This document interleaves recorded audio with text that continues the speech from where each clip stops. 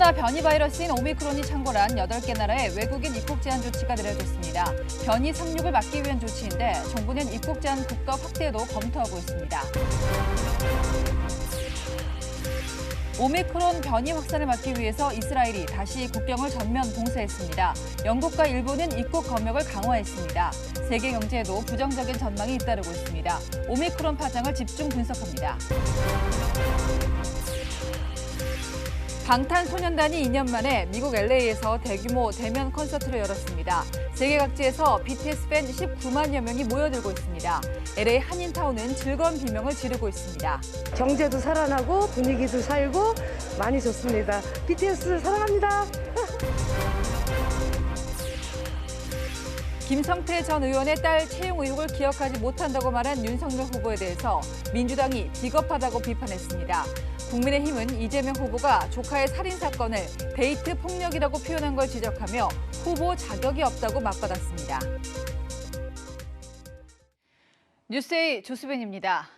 세계보건기구가 극히 위험한 코로나19 돌연변이라며 그 목록을 만들었습니다. 현재 우리는 물론 전 세계로 휩쓰는 델타, 여기에 또 오미크론이 추가됐습니다. 우리 정부도 결국 남아프리카 여러 나라에 빗장을 걸었습니다. 외국인은 입국 금지, 또 우리 국민은 비행기에서 내리자마자 격리됩니다. 이런 가운데 국내 위중증 환자, 사망자 모두 역대 기록을 갈아치웠습니다. 우리가 2년 넘게 바이러스와 싸웠지만 또다시 새로운 전쟁 앞에 서 있습니다. 먼저 안건우 기자입니다. 남아프리카 공화국의 경제 중심지 요하네스버그. 코로나19의 새로운 변종 바이러스 오미크론이 창궐하기 시작한 곳입니다. 오미크론은 유럽을 넘어 아시아까지 상륙한 상황. 중앙방역대책본부는 오늘 자정을 기해 요하네스버그가 있는 남아공을 비롯해 보츠와나, 짐바브웨, 나미비아 등 8개 나라에서 오는 외국인들의 입국을 금지했습니다. 다른 나라에서 입국하는 사람이라도 지난 14일 이내 이들 8개 나라를 거친 외국인이라면 역시 입국이 차단됩니다. 우리 국민이라고 하더라도 백신 접종 완료 여부와 상관없이 임시시설에서 열흘간 격리됩니다. 오미크론의 상륙 자체를 아예 틀어막겠다는 겁니다. 지금 유행하는 델타 변이보다 전파력이 3배에서 5배 더 높고 기존 백신도 무력화시킬 수 있다는 우려 때문입니다. 오늘 0시 기준 확진자는 3,928명, 위중증 환자와 사망자는 각각 647명과 56명으로 최다치를 갈아치웠습니다. 최악의 상황 속에 새 변이까지 등장하자 시민은 답답함을 토로합니다. 언제 끝나겠는지 아주 정말 힘들어요. 이건 정말 진짜 오래가네요. 이거. 활기차게 좀 생활할까 싶은데 또 이렇게 하니까 너무 답답해요. 정부는 내일 문재인 대통령 주재로 회의를 연 뒤 종합 방역 대책을 발표합니다. 채널A 뉴스 안건우입니다. 네, 다른 아시아 국가들도 영국, 호주도 속속 입국을 제한하고 있습니다. 미국은 이미 확진자가 폭증할 상황에 대비하고 있고요. 이스라엘은 아예 국경을 전면 봉쇄했습니다. 성일환 기자입니다. 이스라엘이 다시 국경을 걸어 잠갔습니다. 오미크론 변이 발생 후 첫 국경 전면 봉쇄입니다. We are raising a red flag. We understand that we're on the verge of a state of emergency. And now's the time to act fast, early, hard and strong. 이에 따라 이스라엘은 현지 시간 28일 자정부터 2주 동안 모든 외국인의 입국을 금지합니다. 위드 코로나를 선언했던 영국도 모든 입국자들의 PCR 검사를 의무화했습니다. 대중교통이나 상점 등에서 다시 마스크를 쓰는 방안도 검토하고 있습니다. It diverges quite significantly from previous configurations of the virus, and as a result, it might, at least in part, reduce the protection of our vaccines over time. 이번 달 처음으로 국경을 개방했던 호주 역시 오미크론 변이 검출 국가에서 출발했거나 경유한 여행객 입국을 금지합니다. Who has been in African countries where the Omicron variant has been detected and spread within the past 14 days will not be able to enter Australia. 미국은 남아공 등 아프리카 8개국에 대한 여행 경고를 최고 수준으로 상향하고 내일부터 여행을 제한합니다. 일본과 홍콩, 싱가포르 등 아시아권에서도 속속 입국 제한 조치가 나오고 있습니다. 오미크론 변이의 감염력이 델타 변이보다 3배 이상 높은 것으로 알려진 가운데 전 세계가 다시 긴장의 끈을 조이고 있습니다. 채널A 뉴스 성일환입니다. 네, 입국 제한 첫날인 오늘 인천공항에는 해당 국가에서 온 우리 국민 8명이 내렸습니다.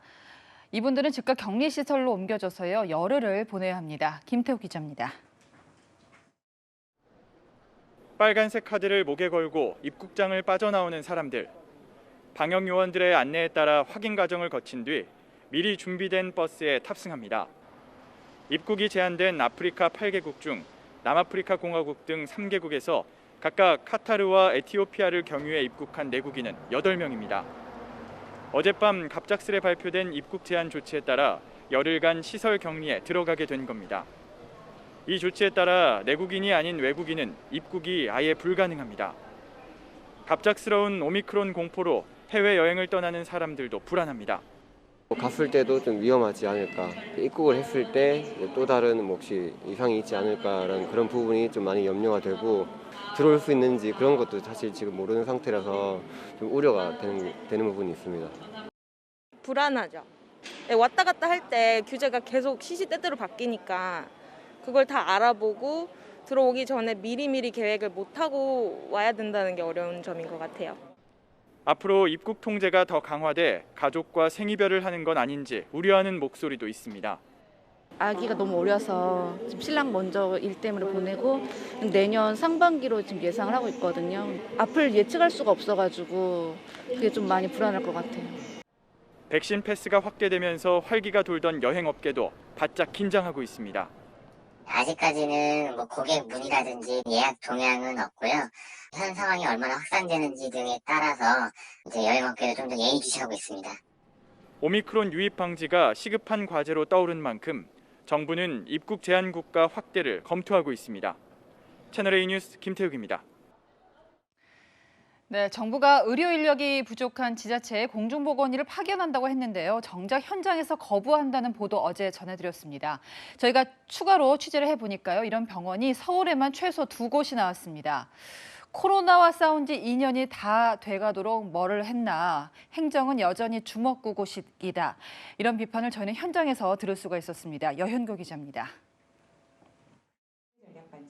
정부가 수도권 상급병원 21곳에 공중보건의 50명을 파견하겠다고 발표한 건 지난 목요일.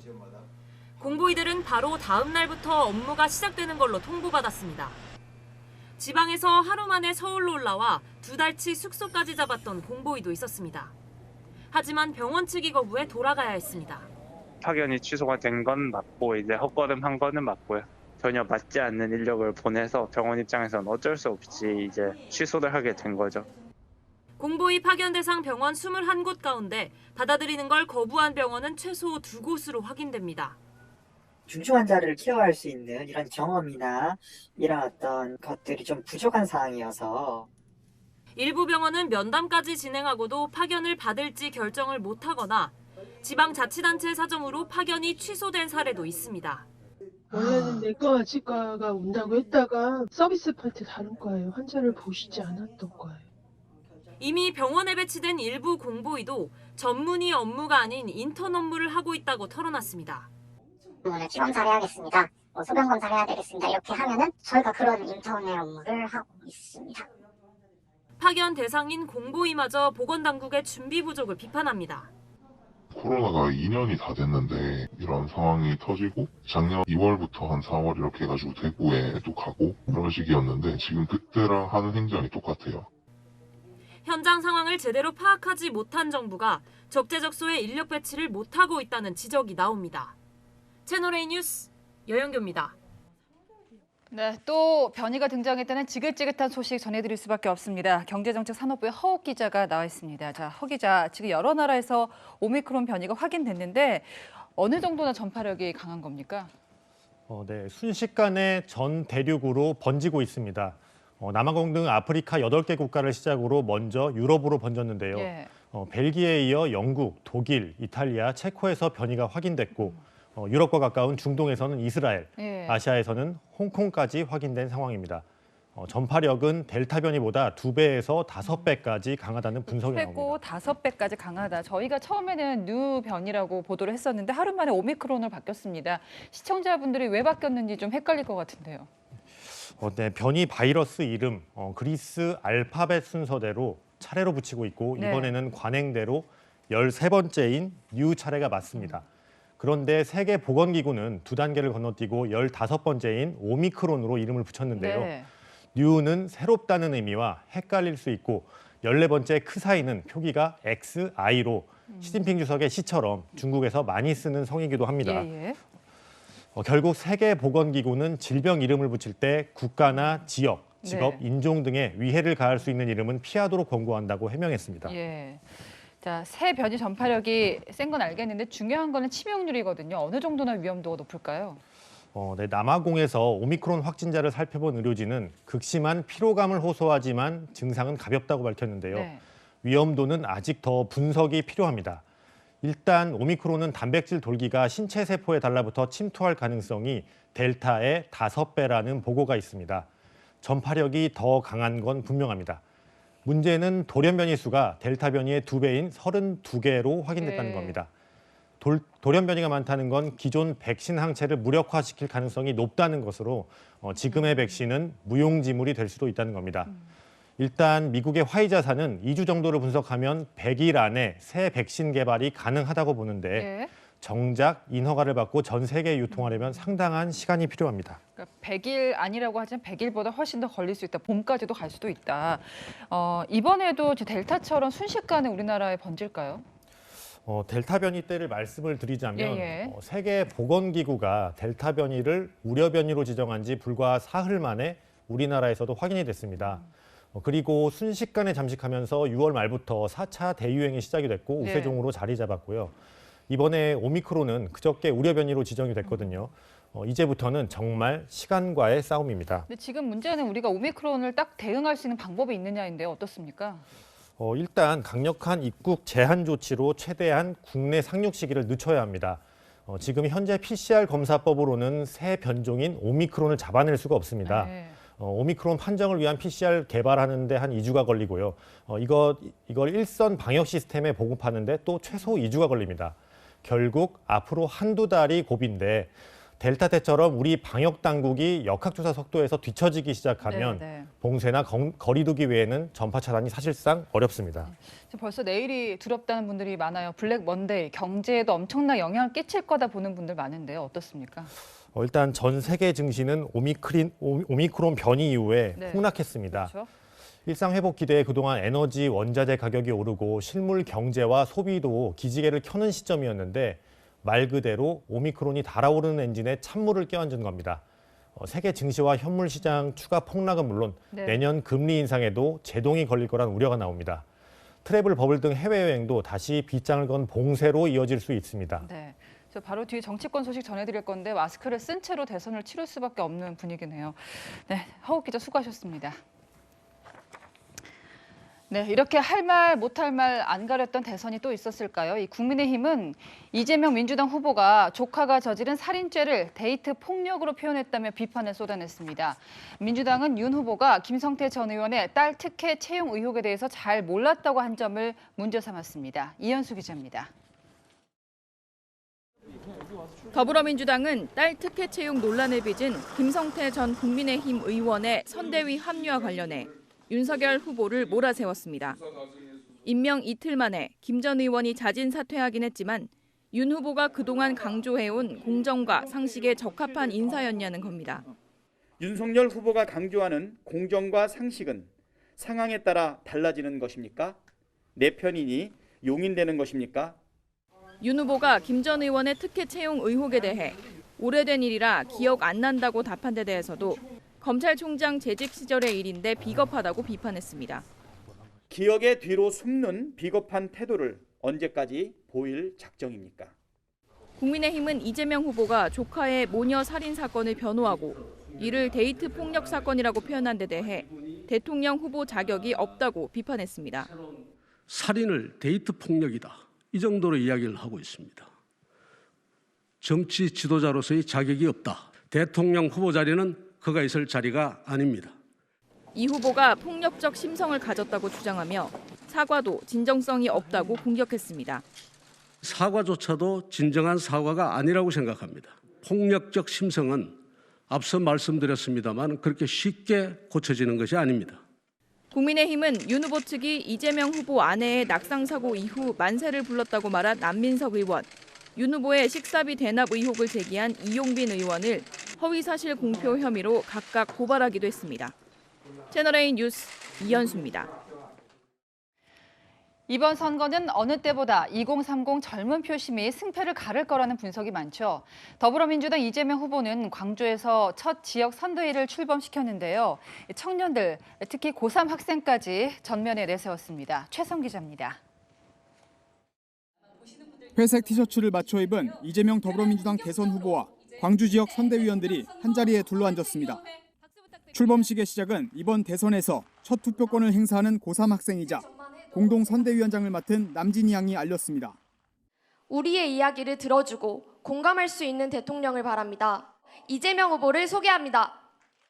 공동 선대위원장 10명 가운데 광주 시당위원장인 송갑석 의원을 제외한 9명은 2030 이하 젊은 층입니다. 광주 선대위 정신처럼 2030 세대에게 오늘의 주역이 되어달라고 당부드리고 싶습니다. 이 혹독한 세상을 물려줘서 정말로 죄송합니다. 정말로 미안합니다. 이 후보는 윤석열 국민의힘 대선 후보의 전두환 발언 논란을 언급하며 견제하기도 했습니다. 광주 학살 주범 전두환을 찬양하고 국민들을 존중하지 않는 사람이 대한민국을 제대로 끌어갈 수는 없습니다. 5.18 민주화운동에 상처를 달래기 위한 역사 왜곡 처벌법 추진도 강조했습니다. 그래서 전혀 미안하지 않다. 아무런 가책이 없다. 이렇게 얘기하는 것 같아서 역사 왜곡에 대한 단죄법을 반드시 만들어야 되겠습니다. 민주당 핵심 지지층이 모인 호남 민심을 다지고 청년 지지도 끌어오겠다는 전략입니다. 이재명 후보는 내일 광주에서 전국민 선대위 회의를 주재한 뒤 전남 영광시장을 방문하는 것으로 3박 4일 호남 일정을 마무리합니다. 채널A 뉴스 최선입니다. 청년 표심 잡고 싶은 건 국민의힘 윤석열 후보도 같은 마음입니다. 오늘 청년위원회를 출범시켰는데요. 아예 후보 직속으로 뒀고요. 김일성대 출신 탈북민부터 강제 이주 후손까지 영입한 인물들의 면면도 눈에 띕니다. 정한희 기자입니다. 윤석열 국민의힘 대선 후보가 청년과 함께 국정을 운영하겠다며 청년위원회를 출범시켰습니다. 편안한 옷차림으로 등장한 윤 후보는 모든 부처에 청년 보좌역을 배치하겠다고 약속했습니다.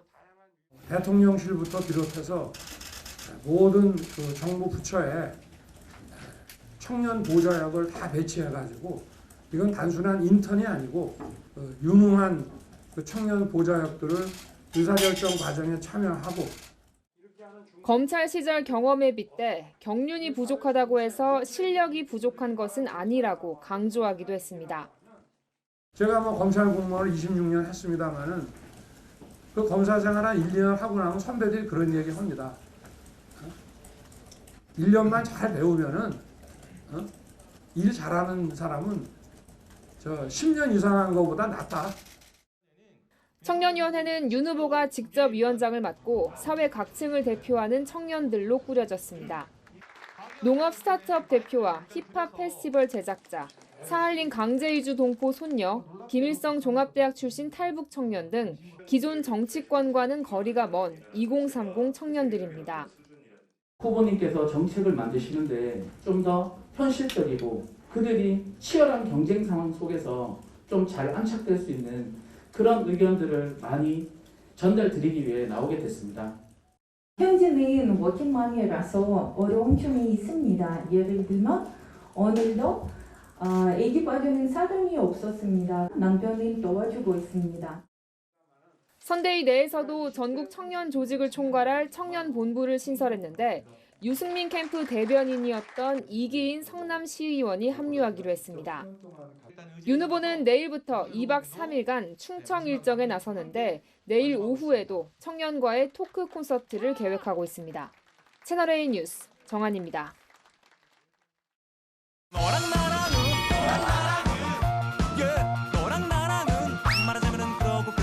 너랑 오늘은 정치부 이민찬 기자와 함께하겠습니다. 네, 첫 번째 주제는요. 무슨 경쟁? 지금 두 대선 후보가 워낙 경쟁을 하고 있지만 부쩍 경쟁이 붙은 게 있죠. 변신 경쟁입니다. 네. 두 후보 모두 달라진 스타일로 눈길을 끌고 있습니다. 먼저 이재명 후보부터 보면요. 회색이던 머리 색깔을 최근 짙은 흑갈색으로 바꿨죠. 의상 스타일에도 변화를 주고 있습니다. 과거엔 주로 어두운 색의 정장을 입었는데 최근에는 니트와 재킷, 면바지 차림을 할 때가 많습니다. 의상색도 보니까 뭐 갈색이라든지 베이지라든지 따뜻한 느낌을 주는 색을 많이 활용하더라고요. 맞습니다. 이 후보 어제는 부인과 손을 잡고 여수 밤바다를 찾는 등 부부가 함께 다니는 모습을 자주 보여주고 있죠. 특유의 저돌적인 이미지를 벗고 젊고 부드러운 이미지를 강조하려는 것으로 보입니다. 없는 사람, 가난한 사람 좀 살 수 있게 해달라. 그런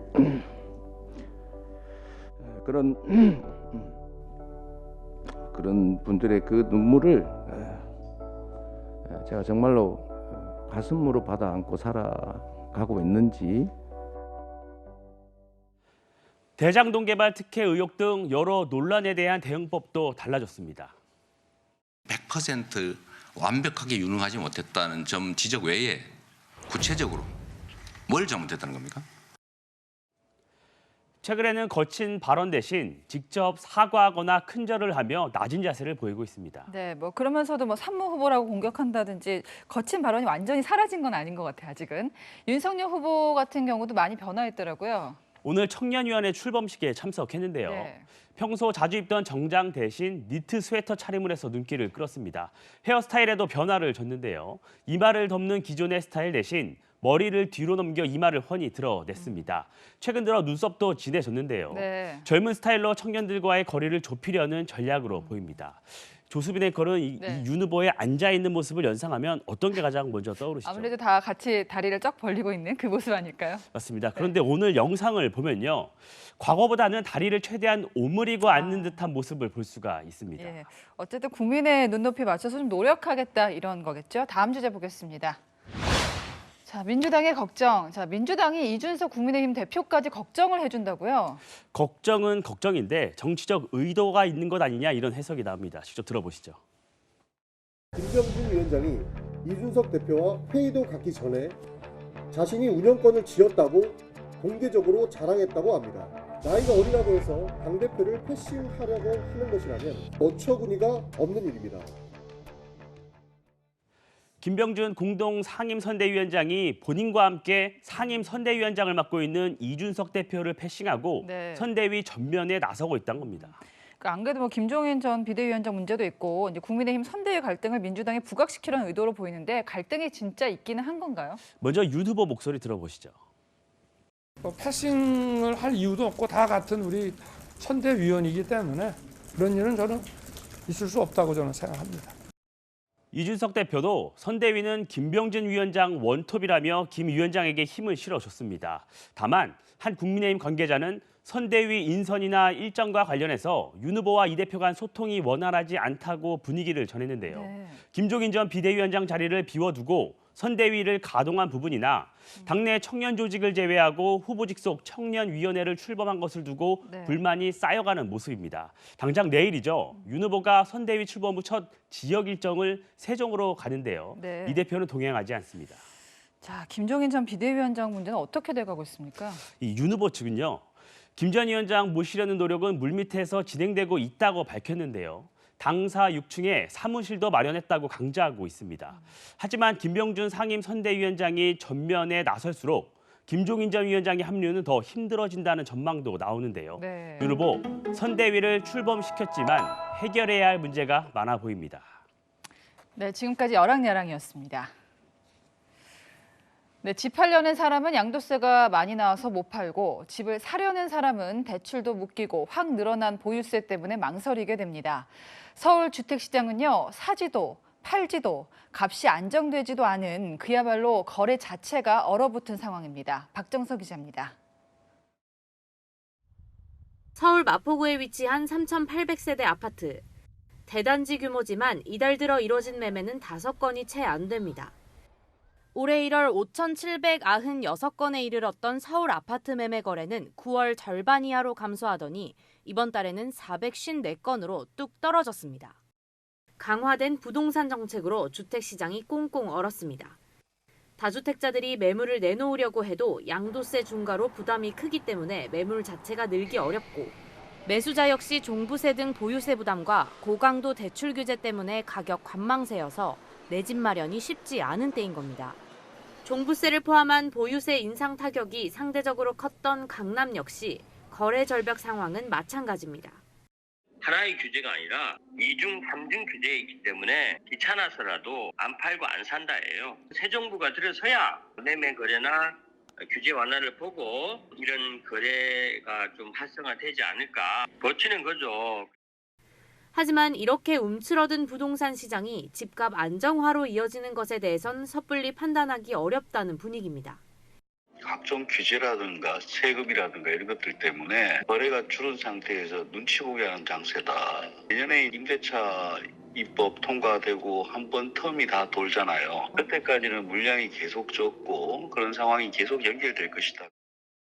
서울 부동산 시장의 관망세는 적어도 내년 대선까지는 이어질 것이라는 전망이 뚜렷합니다. 채널A 뉴스 박정서입니다. 지난 9월 무면허 상태로 운전하다가 사고를 내고 음주 측정도 거부하며 경찰관을 폭행한 래퍼 장용준 씨. 측정 왜 거부하셨습니까? 공승자 누굽니까? 누구랑 술 마셨습니까? 2019년에 이어 또다시 음주운전을 해서 윤창호법 위반 등의 혐의로 1심 재판을 받고 있습니다. 하지만 지난 25일 헌법재판소는 윤창호법 중 반복 음주운전자 가중처벌 조항은 위헌으로 판단했습니다. 이 판단으로 처벌 규정이 효력을 잃게 되면서 검찰은 반복 음주운전자들의 공소장을 바꾸기로 했습니다. 장 씨의 경우 위헌 결정 전 윤창호법에 따라 2년 이상 5년 이하의 징역형에 처해질 수 있었습니다. 하지만 해당 조항의 법적 효력이 상실되면서 징역형과 벌금형의 하한선이 낮아질 수 있습니다. 이미 이 법으로 유죄가 확정된 경우엔 처벌 당사자가 재심을 청구할 수 있습니다. 일각에선 반복 음주운전자에게 면죄부를 주는 것 아니냐는 지적도 나옵니다. 2018년 음주운전 차량에 치여 아들을 잃은 윤창호 씨의 아버지도 안타까움을 드러냈습니다. 일반 국민들이 가지고 있는 어떤 법 감정하고는 좀 동떨어진 헌재의 생각이 아닌가. 헌재가 이제 이런 판단을 내니까 참 저희는 좀 마음이 좀 많이 참담하고.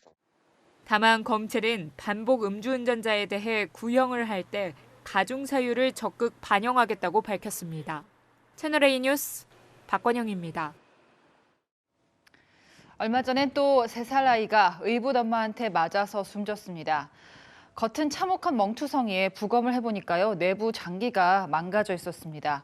곧바로 1년 전 정인이 사건이 떠오르는데요. 경찰도 이번 사건 가해자에게 살해죄를 묻기 위해서 정인이법을 적용할 계획인 것으로 알려졌습니다. 남영주 기자입니다.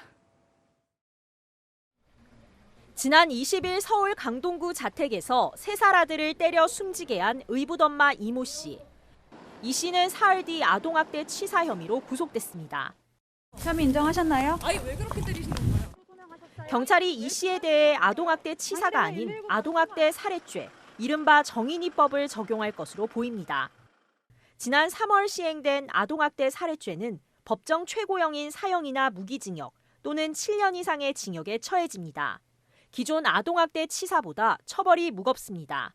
수사팀은 이번 사건이 지난해 10월 숨진 정인이 사건과 유사점이 있는 걸로 보고 있습니다. 정인이는 지난해 6월부터 10월까지 양모로부터 상습적인 학대를 받다 숨졌습니다. 당시 부검 결과 췌장이 절단되고 복강 내 출혈이 발생한 상태였는데 복부 손상은 외부의 충격에 의해 발생한 것으로 확인됐습니다. 정인이의 양모는 살해, 학대 유기 혐의 등을 인정받아 2심에서 징역 35년을 선고받았습니다. 이번 사건도 아이의 결정적인 사망 원인은 대장 파열이라는 국립과학수사연구원의 소견이 나왔습니다. 아이의 몸에서는 뇌출혈과 찍힌 상처, 시기가 다른 멍자국들도 발견됐습니다. 이 씨는 범행 당시 술에 취해 심신미약을 주장하는 걸로 전해졌습니다. 경찰은 의붓 엄마를 상대로 살해 의도와 학대 기간을 집중 조사한 뒤 조만간 사건을 검찰에 넘길 계획입니다. 채널A 뉴스 남영주입니다. 경남 통영에서는 관광자원으로 만든 모노레일이 탈선해 탑승자들이 크게 다쳤습니다. 배영진 기자입니다. 탈선한 모노레일이 약 4m에서 추락해 형체를 알아볼 수 없을 정도로 찌그러져 있습니다. 일부 탑승객들은 탈출을 못한 채 고통스러워하고 다른 탑승객들은 모노레일이 떨어지지 않도록 온몸으로 막고 있습니다.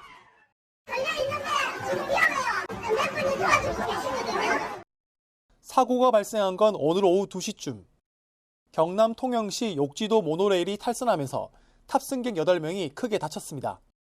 뭐가 크게 꽝 떨어지는 소리가 났어요. 갑자기 이제 큰 소리가 우당탕 소리가 나면서 이제 건이 발생된 거죠. 이들은 골절상 등을 입고 인근 병원으로 옮겨졌는데 다행히 생명에 지장이 없는 것으로 알려졌습니다. 환자분들은 다 현재는 뭐 생명지장은 없으시고요. 근데 다 헬기로만 했어요. 이 모노레일은 8인승으로 승객을 초과해 태운 건 아니라고 통영관광개발공사는 밝혔습니다. 모노레일은 도착 지점을 약 5m 앞두고 오른쪽으로 탈선한 것으로 파악되고 있습니다. 아직 원인을 정확하게 밝히신 게 없고 충돌한 건 아니고 레일 쪽에 문제가 있는 것 같아요. 경찰은 사고 레일 부분에 케이블이 일부 끊어진 것을 확인하고 사고와의 연관성을 확인하고 있습니다. 뭐 선이 끊어져 있는데 탈선했는 건지 아니면 가마도 아니고 바람도 많이 안 불었고 이유야 뭐 한번 더 확인해봐야 안 되겠습니다. 욕지도 모노레일은 통영시가 117억 원을 투입해 만든 관광시설입니다. 이번 사고는 선로 정비를 위해 내일부터 휴장을 앞두고 벌어졌습니다. 채널A 뉴스 배영진입니다. 방탄소년단 BTS가 팬들을 직접 만나는 콘서트를 미국 로스앤젤레스에서 열었습니다. 백신 패스나 코로나 음성 확인이 없으면 입장 자체가 안 된다는데도 전 세계에서 모인 팬들이 무려 19만 명입니다. 미국 LA에서 유승진 특파원입니다. 수만 명의 사람들이 겹겹이 줄을 서 있습니다. 보라색 마스크와 옷차림, 응원봉은 기본입니다. 2년 만에 팬들과 직접 만나는 BTS 공연장 주변에는 5만 명에 달하는 팬들, 일명 아미로 붐볐습니다. BTS 상징색인 보라색으로 아미를 인증하는 가족도 있습니다. I did these like a week ago for the concert. Yep. 넷플릭스 드라마 오징어 게임 운동복을 입고 한류에 대한 애정을 드러내기도 합니다. It's very surreal, you know. We're very excited. Obviously, we cannot wait. 일찌감치 매진된 입장권을 구하기는 하늘의 별 따기 수준입니다. I whipped out my laptop in the middle of class and like logged in and had to like that's how dedicated people are to get these tickets because it's like it's war. It really is war. Yeah. Yeah. 이렇게 콘서트장 밖에서는 BTS 관련 상품들도 판매하고 있는데요. 이 상품을 사기 위해 모여든 팬들로 긴 줄이 늘어서 끝이 보이지 않을 정도입니다. Probably 2 hours in this line. For this one? For this, just for this. A long time. Yeah. Worth it. 공연장 입장을 위해서는 백신 증명서나 코로나 음성 확인서를 제시하고 마스크를 착용하는 등 방역 수칙을 반드시 지켜야 합니다. BTS의 4차례 공연에서 한 회당 예상되는 관람객 수만 4만 7천여 명. 모두 18만 8천여 명이 로스앤젤레스로 집결하면서 한인타운도 들썩이고 있습니다. 한인타운 디저트 가게는 문 밖까지 긴 줄이 늘어섰습니다. BTS 사진들로 내부를 빼곡히 꾸미며 입소문이 났기 때문입니다. On the plane here, I met a bunch of other army and like we were friends within 5 minutes. So, yeah. Yeah. We actually just met them for lunch. So. 인근 한 식당에서도 아미들을 쉽게 만나볼 수 있습니다.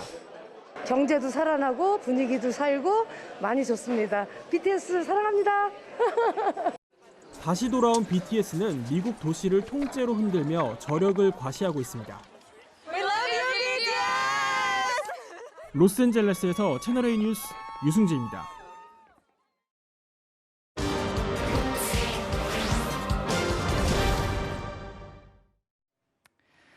밥값이 금값. 비유가 아닙니다. 초인플레이션인 베네수엘라에서는 실제로 먹거리를 사려고 금 조각을 건넵니다.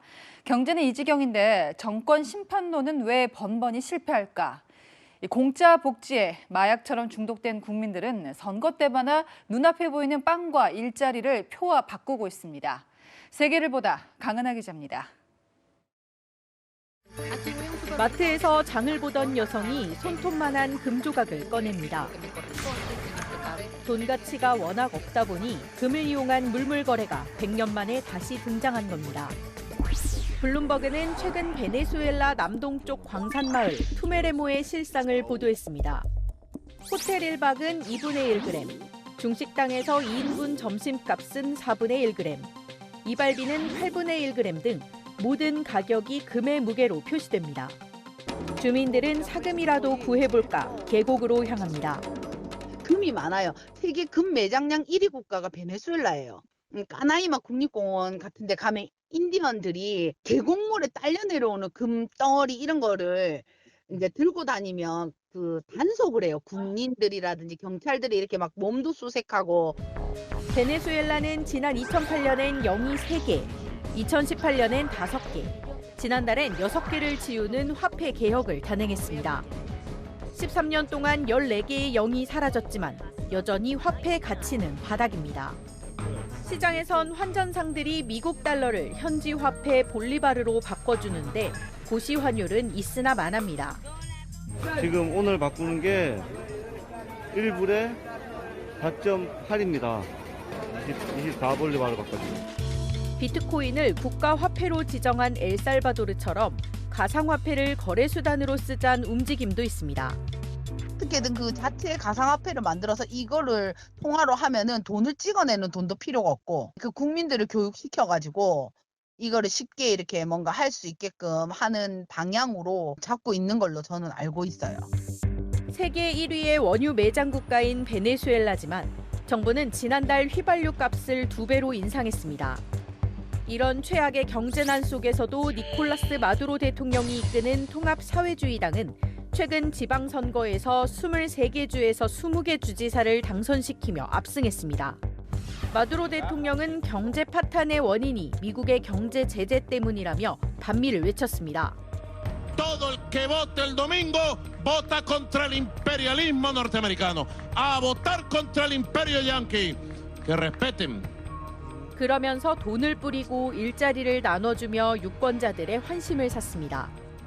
실질적인 도움을 1원이라도 주니까 뭐 쌀도 주고 뭐 고기 사 먹을 수 있는 뭐 그런 쿠폰도 주고 뭐 이렇게 하니까 보조금 같이 이런 거를 막 쏘아줘요. 통장으로. 투표장으로 향한 41%의 국민들은 분열한 야당을 심판했습니다. 눈앞의 배고픔도 해결 못하는 야당보단 선거 때라도 지원해주는 여당이 낫단 겁니다. Todos los partidos debieran haberse unido todos juntos para poder hacer una sola unión, para sumar votos, ¿ves? Pero no, cada uno va con su tarjeta independiente. Entonces yo creo que no está bien hecho, pues. 남탓만 하는 무능한 정권, 포퓰리즘을 일삼는 정치인, 견제조차 못하는 한심한 야당. 지난 2015년 이후 생존을 위해 고국을 등진 베네수엘라 국민은 560만 명. 전체 인구의 20%나 됩니다. 세계를 보다 강은하입니다. 국내 최고권인 서울국제마라톤 겸 동아마라톤도 2년 만에 다시 열렸습니다.